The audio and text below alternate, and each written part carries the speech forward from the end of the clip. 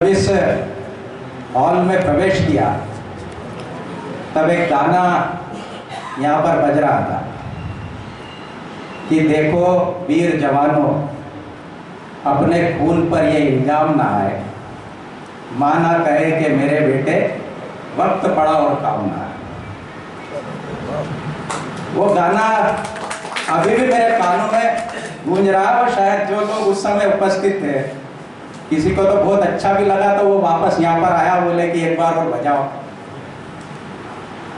ये गाने की एक चंद लाइन हमको बोध कराती है कि क्या हम हमारे नगर के साथ, हमारे क्षेत्र के साथ, जनता ने जो हमें दायित्व दिया है उसके साथ हम ईमानदारी से काम कर रहे हैं।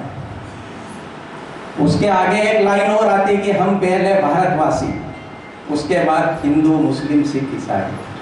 तो यहाँ मैं जोड़ देता हूँ कि हम पहले नागदावासी, उसके बाद बीजेपी, कांग्रेस, आम, सपा, बसपा।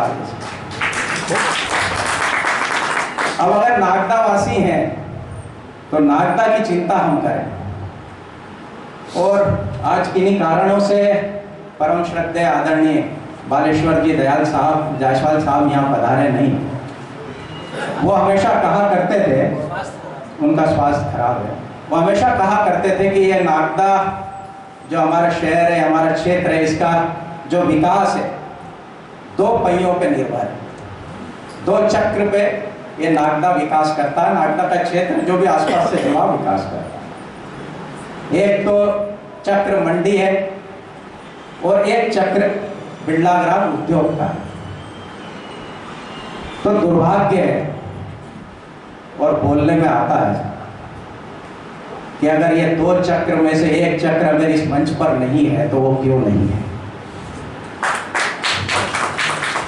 उद्योग को प्रेस क्लब ने निमंत्रित किया या नहीं किया ये तो मैं नहीं जानता, लेकिन इस नगर विकास की अगर कोई गाथा गणना है तो उद्योग का इस मंच पे होना बहुत आवश्यक था।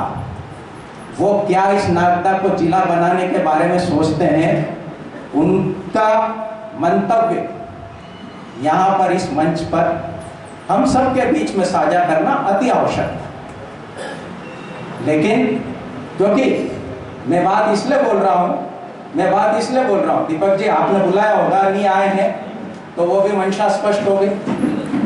मैं इसलिए बोल रहा हूँ कि नागदा तहसील का जब दर्जा प्राप्त हुआ था तो यही उद्योग ने माननीय उच्च न्यायालय में 4-5 लोगों को, ग्रामीण क्षेत्र के लोगों को ले जाकर विरोध किया था। हम नगर में रहते हैं, हम इस नगर के बारे में अच्छा सोच रहे हैं, हम चाहते हैं नागदा जिला बने और एक नगर को हम उद्योग से जोड़ते हैं। उद्योग भी चलना चाहिए, उद्योग हमारे नगर की रीढ़ की हड्डी है। एक कहते हैं कि दिल धड़कन है उद्योग, उससे पूरा नगर का विकास सुनिश्चित होता है। लेकिन अगर वो यहाँ पर नहीं है और निमंत्रण देने के बाद भी अगर उनका कोई नुमाइंदा यहाँ पर नहीं आता अपनी बात रखने के लिए, तो इसका मतलब है जितने मंच पे बैठे मेरे भाई हैं, बड़े भाई साहब आदरणीय सुल्तान सिंह जी है, और ये एक के साथ मैंने फुटबॉल कबड्डी में 2-2 हाथ करे, एक के साथ लंबा राजनीतिक क्षेत्र में 2-2 हाथ किए हैं। दोनों का अनुभव मेरे पास है। तो मैं चाहूंगा कि अगर उद्योग नहीं कर रहा है तो उसका पुरजोर विरोध किया जाए। अब इन 2 लाइनों के साथ मैं अपना उद्बोधन समाप्त करूंगा कि गलत फहमियों से जुदा तुम भी नहीं, हम भी नहीं, दोनों है इंसान भगवान, तुम भी नहीं, हम भी नहीं। अपने अपने सफर में बहुत दूरियां तय करी, तुमने भी हमने भी, एक पल को रुका न, तुम भी नहीं, हम भी नहीं। नागदा को जिला बनाने के प्रयास कागजों पे बहुत किए, गंभीरता तुम दिखाई ना, तुमने भी ना हमने। आखिरी में राजनीति ने पैदा कर दी दूरियां हम में, वरना फितरत के बुरे तुम भी नहीं, हम भी नहीं। जय हिंद।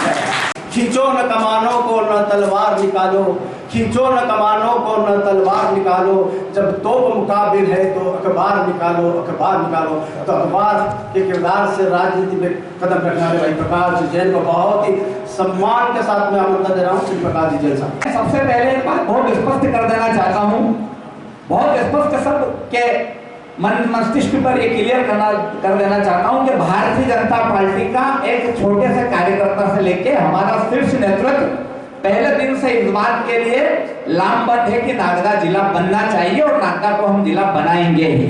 ये पहली बात। दूसरी बात,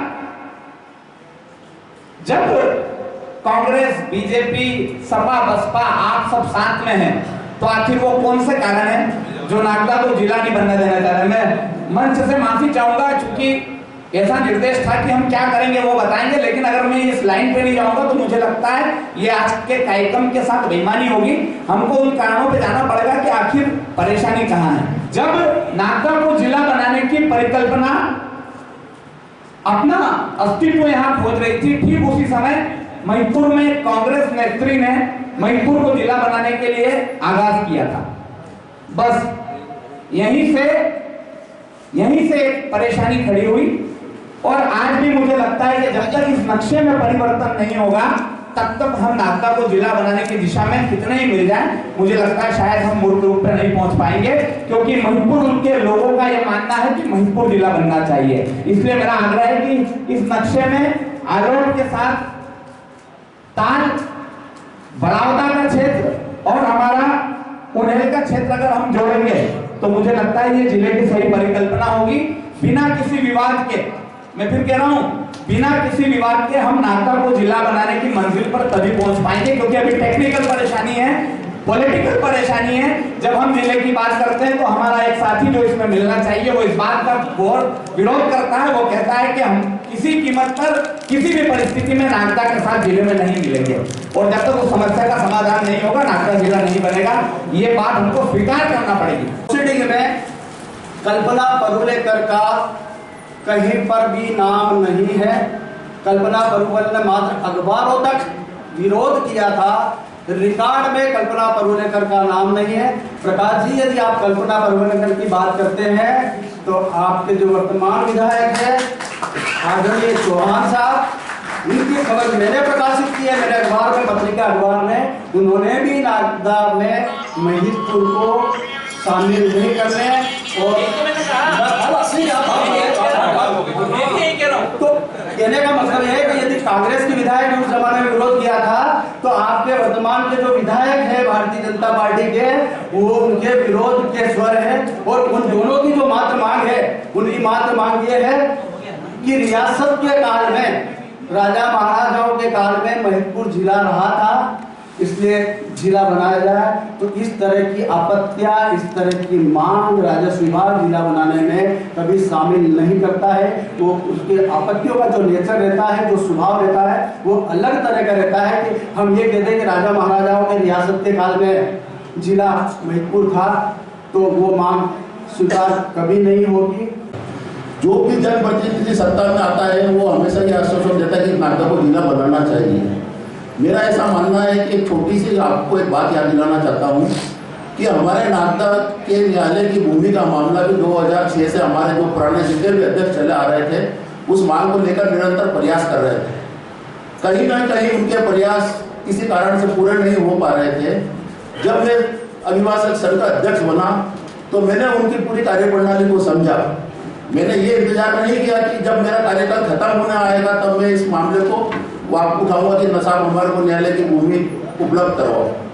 किसी भी चीज को अगर हासिल करना है तो पहले आपको सबसे पहले लगातार निरंतर उसमें प्रयास करना है, तब जाके कहीं वो सफलता आपको प्राप्त होगी। विगत 6 माह से मैंने जब लगातार इस मिशन को आगे बढ़ाया, आज हम उस मुकाम पर पहुंच गए कि नागदा को हमने न्यायालय की भूमि दिलाई है। हमने ये नहीं देखा कि पुराने अध्यक्ष ने क्या काम करा या किसने क्या करा। हर व्यक्ति, चाहे वो बीजेपी से एमएलए निर्वाचित हो या कांग्रेस से एमएलए निर्वाचित हो, जिले के मुद्दे को आगे बढ़ाना चाहिए। अगर 27 गण की आबादी पर महूगंज जिला बनता है और 2008 से नागदा की आबादी का नागदा जिला बनने का मुद्दा बरकरार है और नहीं बन पा रहा है, तो ये दोनों पक्ष की कहीं ना कहीं लीडरशिप कमजोर है कि एक 27,000 आबादी का जिला बन रहा है नागदा के 1.25 लाख आबादी का जिला नहीं बन रहा है। मेरा ऐसा मानना है कि नागदा को गुटबाजी से एक तरफ हटा के नागदा को जिला बनाने के लिए सार्थक प्रयास धरातल पर होने चाहिए। प्रेस क्लब ने चूंकि एक अच्छी शुरुआत की है, मैं उसके लिए दिल से आभारी हूँ, क्योंकि यहाँ देखो आप निरंतर प्रयास चल रहे हैं कि कभी कांग्रेस बनाएगी, कभी बीजेपी बनाएगी, दोनों कहते हैं हम बनाएंगे, पर नहीं बन पा रहा। आप एक काम करिए कि एक जिला बनाने के मुद्दे पर एक सर्वदलीय कमेटी नियुक्त करो और दोनों ही नेता, चाहे वो हमारे विधायक दिलीप सिंह गुर्जर साहब हो, चाहे एमएलए पुराने हमारे शेखावत जी हो, जितने भी पूरे साथी हो, सबके नेतृत्व में प्रेस क्लब एक डेपुटेशन मुख्यमंत्री जी से मिले ले जाके, ताकि नागदा को जिला बने। उज्जैन जिले की सबसे बड़ी तहसील होने के बाद नागदा जिला नहीं बन रहा, छोटे छोटे शहर जिले में तब्दील होते जा रहे हैं। कहीं ना कहीं ये हमारी दृढ़ इच्छा शक्ति, कमजोर लीडरशिप का परिणाम है। आप इस नागदा को जिले बनाने में सार्थक प्रयास करो। अभिभाषक संघ नागदा का प्रत्येक सदस्य आपके साथ कंधे से कंधा मिला के इस लड़ाई को लड़ेगा। जय हिंद, जय भारत। सरकार के मंत्री परिषद की जो उप समिति होती है, उस उप समिति ने कमलनाथ सरकार के इस प्रस्ताव के पुनर्निर्धारण, ये ना पुनः परीक्षण की बात कर दी। मतलब जो प्रस्ताव एक बार पारित हो चुका था उसको पुनः परीक्षण की बात कर दी। और पुनः परीक्षण की मांग किसने उठाई? जो समिति के जो मेंबर थे, उसके मैं नाम भी आपको बताना चाह रहा हूँ और उसके डॉक्यूमेंट्स भी आपको दे रहा हूँ। डॉक्टर नरोत्तम मिश्रा, उन्होंने ये बोला कि जो कमलनाथ सरकार में जो प्रस्ताव पारित हुआ है वो उन्हें मान्य नहीं है, वो पुनः परीक्षण कराना चाहते हैं। अब सरकार की क्या मंशा थी मुझे पता नहीं, पुनः परीक्षण क्यों कराना चाहते किया। इस बात की बात नहीं करते हुए हम अपने अपने संगठन से इस विषय में क्या करेंगे। मेरा तो ये कहना है कि इस महत्वपूर्ण समय का प्रेस क्लब की ऊर्जा का अगर हम इसको उपयोग करें कि हम आगे क्या करेंगे, तो कोई यहाँ विवाद भी नहीं होगा। अपनी अपनी योजना बनाए बताइए और घर जाइए। हम विवाद करने नहीं आ रहे, हम नागदा को जिला बनाएंगे। नंबर 1, मैं आए हुए सब अतिथियों का इसलिए स्वागत करता हूँ। जब किसी माँ पे आपत्ति आती है तो सब बेटे एक साथ आ गए। आज मैंने सबको देख के मेरा दिल खुश हो गया कि आज हम सब एक है, पूरा नागदा हमारा एक है। इसके लिए आप धन्यवाद। मैं आगे की बात करता हूँ कि नागदा को 7 मार्च 18 को जिला बनाने का गोपाल रेड्डी जो मुख्य सचिव जी है उन्होंने एक प्रस्ताव पारित किया था। उसको मंत्रिपरिषद का एक आदेश जारी किया था। मंत्रिपरिषद के आदेश में वर्तमान उज्जैन जिले की सीमाओं को परिवर्तित करते हुए उसमें नवीन जिला नागदा गठित किए जाने का ये कैबिनेट ने प्रस्ताव पारित किया था। इस प्रस्ताव के नीचे राजस्व विभाग को आदेश दिया। किसने आदेश दिया? मुख्य सचिव ने, कि सैद्धांतिक स्वीकृति दी जावे तथा मध्य प्रदेश भू राजस्व संहिता 1959 के प्रावधानों के अंतर्गत राजस्व विभाग द्वारा नवीन जिलों के गठन हेतु अग्रेसर कार्रवाई की जाए। मतलब उसको प्रस्ताव को इंप्लीमेंट करने का आर्डर एम गोपाल रेड्डी ने कर दिया। अब ये भू राजस्व संहिता 1959 के प्रावधान क्या है, इसके संबंध में भी हम लोगों को देखना चाहिए। तो मध्य प्रदेश भू राजस्व संहिता का मैंने देखा कि धारा 13 में संभाग जिलों, उपखंडों तथा तहसील को परिवर्तित करने, सृजित करने या समाप्त करने की शक्ति राज्य शासन के पास है। राज्य सरकार किसी जिले या तहसील की सीमाओं में परिवर्तन कर सकती है, तहसील और नए जिले या तहसील बना सकती है और मौजूदा जिले में समाप्त कर सरकार और किसी भी जिले को उप विभागों में विभाजित कर सकती है और सीमाओं का किसी भी उप विभाजन या समाप्त करने के लिए। परंतु राज्य सरकार इस धारा में अधीन किसी भी प्रमंडल या जिले या तहसील की सीमाओं में परिवर्तित करने या नए प्रमंडलों या जिलों को तहसील के सृजन या विद्यमान प्रमंडलों, जिलों या तहसीलों को समाप्त करने के किसी प्रस्ताव पर कोई आदेश पारित करने से पूर्व ऐसे प्रकाशित करेगी कि आपत्तियों को आमंत्रित करने के लिए निर्धारित प्रपत्र में प्रस्ताव और प्रस्ताव में किए गए आपत्ति पर विचार करें। मतलब मुख्य सचिव ने गजट नोटिफिकेशन जारी करने का भी आर्डर जारी कर दिया। मंत्रिमंडल ने इतना प्रस्ताव पारित किया था कि इसको स्वीकृति की जाए। तत्कालीन सचिव ने इसको गजट नोटिफिकेशन जारी, मतलब हम एक कदम और आगे बढ़ गए। कि मंत्रिमंडल का प्रस्ताव वहीं तक सीमित नहीं रहा। इसके बाद सरकार चेंज हो गई।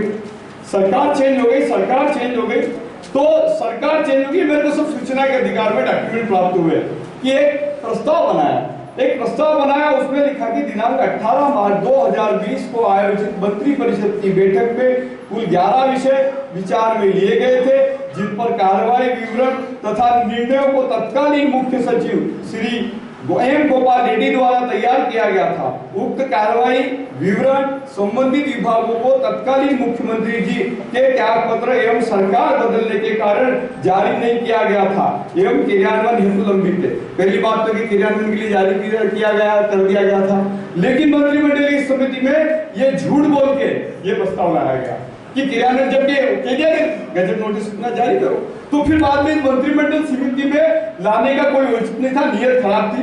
दूसरी बात एक सरकार आती जाती बदलती रहती है, लेकिन कोई भी अगर समस्या होती है तो कोई टेक्निकल प्रॉब्लम होती है तो उस पर पुनर्विचार किया जाता है। लेकिन यहाँ पर राजनीतिक विद्वेषता के चलते इस तरह के विचार किए गए। जो मंत्रिमंडल की समिति बनी, इस मंत्रिमंडल की समिति में 5 मंत्री, 2 मिनट और दे दो सब मेरे, मंत्रिमंडल में 5 सदस्य। तो ये जो 7वें नंबर पे इन्होंने जो बोला है, 7वें नंबर पे इसका पुनर करने का बोला, फिर से करने का, तो उसको मना बोल दिया सचिव ने कि इसकी कोई आवश्यकता नहीं। मतलब हमारा प्रस्ताव मजबूत है। दूसरी बात, मध्य प्रदेश शासन की नीति है, नए जिले बनाना, दूसरे सारे जिले बन रहे हैं, हमारा नागौर जिला बन रहा है, तो नए जिले बनाने की नीति को लेकर के हम हाईकोर्ट जाएंगे अगर मध्य प्रदेश शासन ये काम नहीं करेगी। बाकी एक बात जरूर मैं कहता हूँ, आज डंडे की चोट कहता हूँ कि हम एवरेस्ट पे पहुंच गए हैं, खाली हमारा झंडा फहराना बाकी है।